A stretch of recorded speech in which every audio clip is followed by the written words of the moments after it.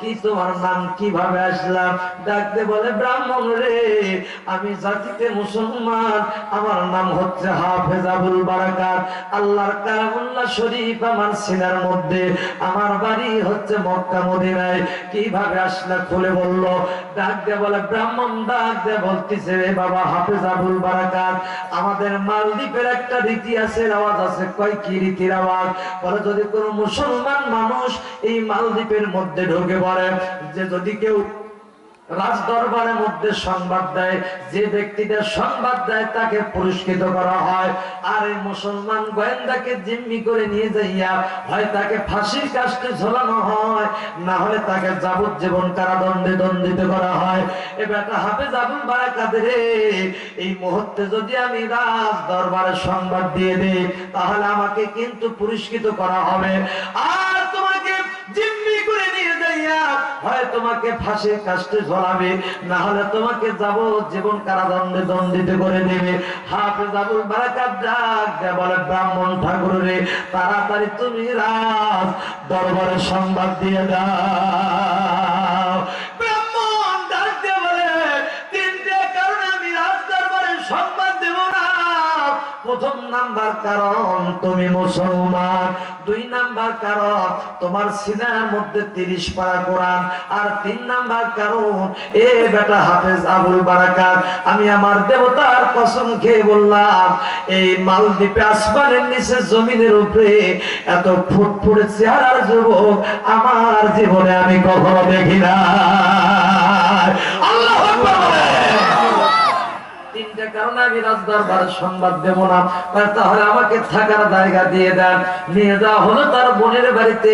নিয়ে যাওয়ার পর ডাকতে বলে বোন রে, দেখ দেখ দেখ বিদেশি মেহমানকে এনেছি দেখ।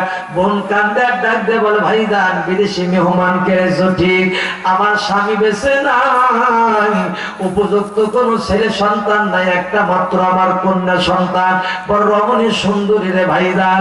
এই সন্তানকে নিয়ে আমি যা কিছু রোজগার করি আমার দুঃখের তরিখানা তরতর করে সামনের দিকে নিয়ে যায়। আমি তোমার মেহমানকে থাকতে দিতে পারবো, কিন্তু খাওয়ান দিতে পারবো না। হাফেজ আবুল বারাকাত ডাক দে বলে মা গো, আমাকে থাকার জায়গায় দিলে হবে মা, খাওয়ান তোমাকে দেওয়ার লাগবে না। ও মা, বন থেকে কাঠ কেটে বাজারে বিক্রি করে আমও খাবো, তোমাকে দেওয়ার জন্য কিছু চেষ্টা করব। হাফেজ আবুল বারাকাত বাড়িতে থাকে, বুড়ির বাড়ির মধ্যে থাকে, বন থেকে কাঠ কেটে বাজারে বিক্রি করে নিজেও খায়, বুড়িকেও দেওয়ার জন্য কিছু চেষ্টা করে। দেখতে দেখতে বুড়ির সঙ্গে হাফেজ আবুল বারাকাতের সঙ্গে একটা সম্পর্ক কায়েম হয়ে গেল। 6 মাস যখন অতিবাহিত হয়ে যায়, 6 মাস অতিবাহিত হয়ে যাওয়ার পর হাফেজ আবুল বারাকাত দেখতে পাচ্ছেন আসরের নামাজের পরে ওই বাড়ির মধ্য থেকে যেন কান্নার গুনগুন গুনগুন গুনগুন আওয়াজ আসে। মনে মনে চিন্তা করতেছে বুড়ির সঙ্গে 6 মাস ধরে সম্পর্ক, 6 মাস ধরে কোনদিন তো কান্নার আওয়াজ শুনতে পারি নাই, আজকে কেন হঠাৎ করে কান্নার আওয়াজ শুনতে পারি? ডাক দে বলে মা, কি হয়েছে মা, তুমি আমারে খুলে বলো। ডাক দে বলে বেটা হাফেজ আবুল বারাকাত, এত বড় বিশাল বিপদ আল্লাহ যেন কাউকে না দেয়। কয় কি বিপদ মা, খুলে বলো।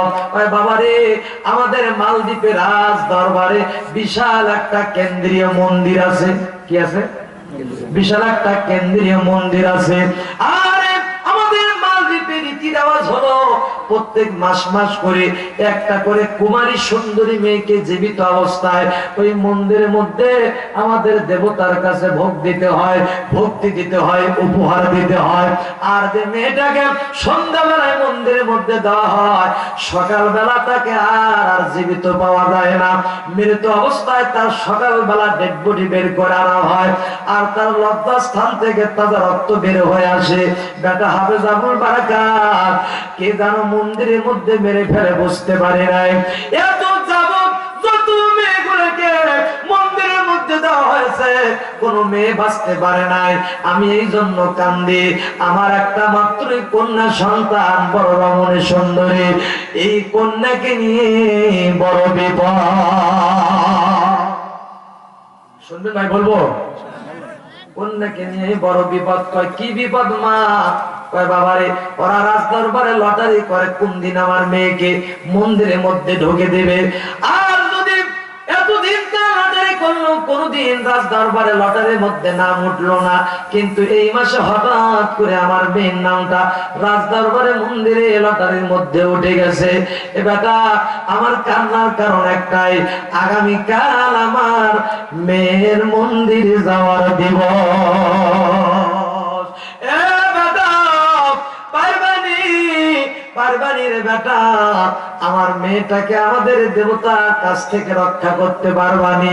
ডাকতে বলে মা, যেহেতু আমি মুসলমান পড়েছি লা ইলাহা ইল্লাল্লাহ মুহাম্মাদুর রাসূলুল্লাহ, লা ইলাহা ইল্লাল্লাহ, জোরে জোরে লা ইলাহা ইল্লাল্লাহ, জোরে জোরে লা ইলাহা ইল্লাল্লাহ, পড়েন লা ইলাহা ইল্লাল্লাহ, লা ইলাহা ইল্লাল্লাহ তাওহীদের ফুল মুহাম্মদ রাসূলুল্লাহ খোদারে মশগুল মুহাম্মদ রাসূলুল্লাহ খোদারে মশগুল।